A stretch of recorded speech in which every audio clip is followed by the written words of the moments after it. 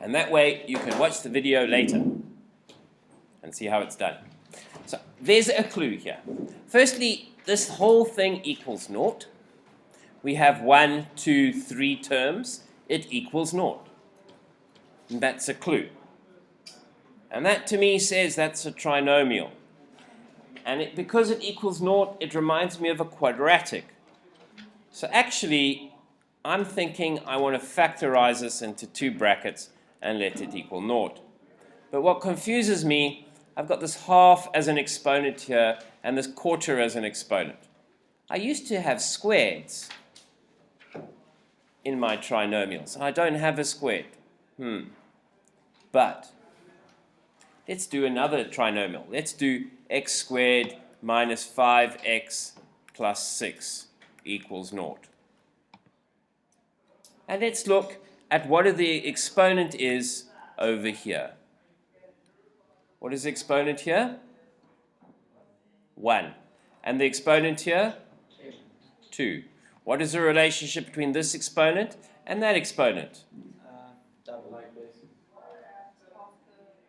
I'm looking for the relationship between the exponent, the number in the exponent. It's double. It's twice. Let's look at a quarter. Let's look at a half. What is the relation between a quarter and a half? A half is double a quarter. A half is double a quarter. So it is a trinomial. It does exist in this form, and I can factorize it. What you have to realize, of course, is that x to the half is equal to x to the quarter times x to the quarter. In other words, it's equal to x to the quarter all squared. Okay? So, in a way, it is exactly the same as x squared minus 5x plus 6. So let me rewrite it like that. So it's x to the quarter squared minus 5x to the quarter plus 6 equals naught. Okay. So it will factorize into 2 brackets. Now, the way I do it, I look at the coefficient of my x squared term, or the coefficient of the term in front, and I write down its factors, 1 and 1. I write down the factors of 6. In this case, I'm going to choose 2 and 3. We're going to try that. Okay, then I'm going to cross multiply. 1 times 3 is 3, 1 times 2 is 2. I ask myself, can I put 3 and 2 together in a way that gives me minus 5? Yes, I have minus 3 and minus 2.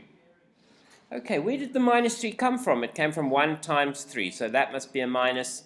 That sign there is a minus. And here are,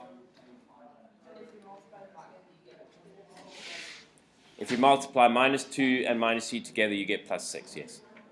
Here are my brackets. So this isn't a 1, by the way, it's an x. It's x to the, yes, x to the quarter minus 3. Whenever you've done these things, you check. X to the quarter by using FOIL. X to the quarter times x to the quarter. The bases are the same. We add our exponents. X to the quarter plus a quarter. Quarter plus a quarter is 2 quarters. It's a half. Okay, then we have minus 2x to the quarter minus 3x to the quarter minus 5x to the quarter. And finally, minus 2 times minus 3 is plus 6. All right? Now, all you've done now is you factorized. So that equals naught. You aren't finished solving the equation. When you have 2 factors equal naught, what do we know about those factors? One of them must be naught. Right? Because a times b equals naught. The only possibility is one number is naught. So therefore, x to the quarter minus 2 equals naught, or x to the quarter minus 3 equals naught. Then you solve it, absolutely. So then you've got x to the quarter is equal to 2, or x to the quarter is equal to 3. Oh dear. What do I do now? Well, we hopefully have learned that if we have a rational exponent, a fractional exponent, we can raise that using our exponential laws to the inverse. So we raise both sides to the 4. I think this is like an evangelical sum. Okay? Because we're raising and we're raising and we're raising all the time. You just raise. Okay? Raise it. Right, so we raise it to the raise it. And a quarter to the 4 is equal to 1. So it's x to the 1, yay, equals 2 to the 4. Don't simplify, it's boring. And finally, that's also equal to x to the 1. X to the 1 is equal to 3 to the 4. Once again, don't simplify. Okay, because then I have to work it out on a calculator. And that takes me time, and that